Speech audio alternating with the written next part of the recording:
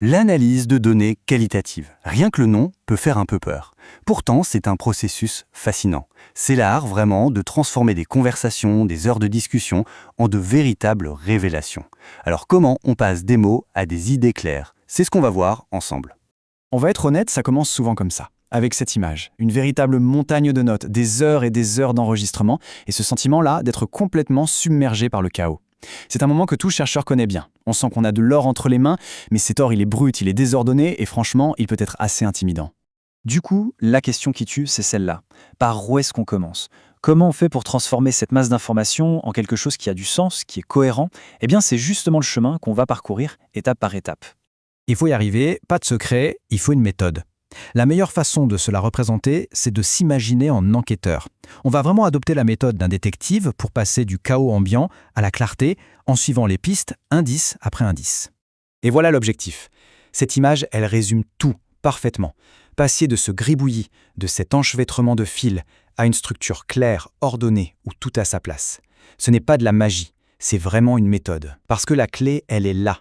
C'est seulement quand on structure qu'on peut enfin commencer à comprendre. D'ailleurs, cette idée n'est pas nouvelle. Le sociologue Jean-Claude Kaufmann l'a très bien dit en 1996. Le chercheur est comme un enquêteur de police. Il doit trouver des indices, confronter des témoignages. Le but n'est pas juste de ranger des papiers, mais de faire parler les faits. C'est le début d'une véritable investigation. Bon, alors, première étape de notre enquête, il faut sécuriser les preuves.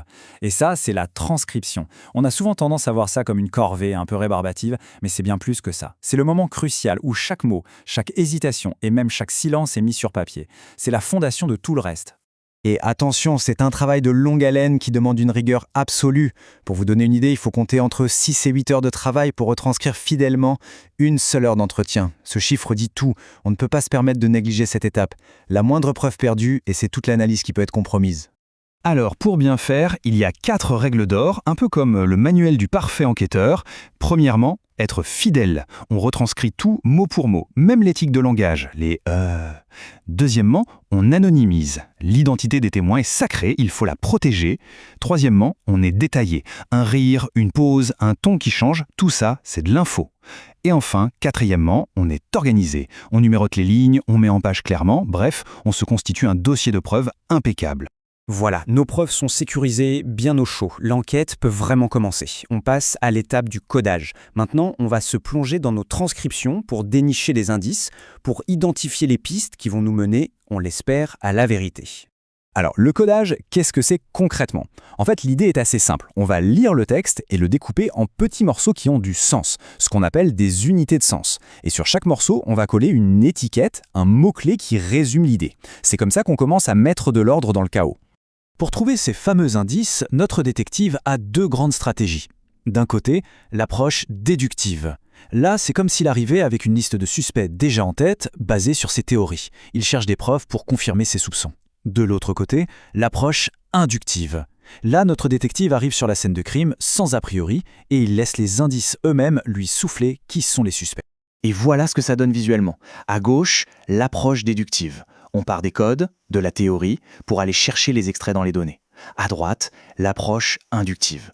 On part des données brutes, on les observe, on les regroupe, et les thèmes finissent par émerger d'eux-mêmes. En pratique, il faut savoir qu'une bonne enquête, c'est souvent un mélange. Généralement, ce processus de codage se fait en 3 temps. D'abord, le codage ouvert. Là, on a le nez collé au texte. On lit, on relit, et dès qu'un fragment semble pertinent, hop, on lui colle une étiquette, un code. C'est un vrai travail de fourmi. Minutieux, mais c'est absolument essentiel pour être sûr de ne rien laisser passer. Ensuite, on passe au codage axial. Et là, on commence à prendre de la hauteur, à dézoomer. On regarde tous les petits indices qu'on a identifiés et on se demande lesquels vont ensemble.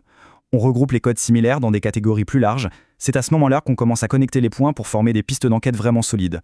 Et enfin, 3e étape, le codage sélectif. C'est le grand final, le moment où tout s'emboîte. On organise nos pistes, nos catégories, pour faire émerger le fil rouge, le thème central de toute l'histoire. On identifie cette catégorie centrale qui relie tout le reste. C'est elle qui devient l'intrigue principale de notre analyse. Maintenant que nos indices sont identifiés, regroupés, hiérarchisés, il est temps d'entrer dans la phase finale. Il faut construire le récit, il faut résoudre l'enquête. C'est le moment de l'analyse pure où l'on va donner un sens global à toute notre investigation. Le résultat concret de tout ce travail méticuleux, c'est cet outil incroyable, le codebook ou la grille de codage. Il faut vraiment le voir comme le tableau de bord final de l'enquêteur. Tout y est. Les grands thèmes, les catégories, les codes. C'est le dossier d'enquête finalisé, clair, structuré, prêt à être utilisé pour la suite. Et le point crucial, c'est que ce fameux codebook, ce n'est pas juste une jolie carte. C'est l'instrument qui va nous permettre de passer à la vitesse supérieure. Grâce à lui, on peut comparer les témoignages de façon systématique, repérer des motifs qui reviennent tout le temps, ou au contraire des contradictions. Et c'est sur cette base qu'on va pouvoir construire une argumentation en béton, étayée par des preuves. Finalement, analyser des données qualitatives, ce n'est pas juste organiser de l'information. C'est bien plus que ça. C'est résoudre une énigme pour pouvoir raconter une histoire. Une histoire profondément humaine, basée sur des preuves, sur des témoignages. La vraie question, au fond, ce n'est pas de savoir si des données ont quelque chose à dire, c'est de savoir quelle est l'histoire qu'elles attendent patiemment que l'on vienne raconter.